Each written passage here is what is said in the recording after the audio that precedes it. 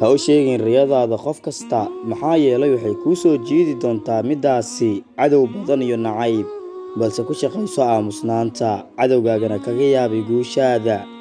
Dhammaanteen waxaynu wajahnaa caqabado aynaan gacmaheena ku abuuran, caqabaduhuna kuma ahaadaan awooddeena iyo xakameynteena. Iyadoo ay midaasi jirto, haddana waxaynu ku kala duwannahay sida aynu ugu jawaabno caqabadahaasi. Marka aad si dhab ah u wajahdo waqtiyo adag, garowso in caqabaduhu aanan loo soo dirin inay ku burburiyaan, balse waxay kuugu yimaadeen si ay kuugu siyaadiyaan quwaddaada iyo dhiiranaantaada.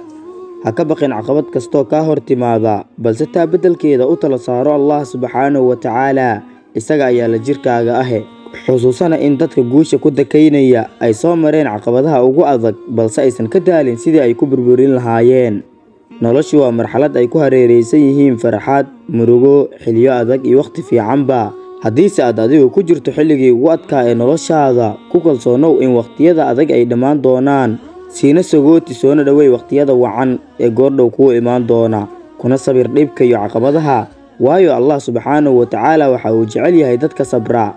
Waxaadna midaasi ku helaysaa guusha labada daarood biidhnillaah.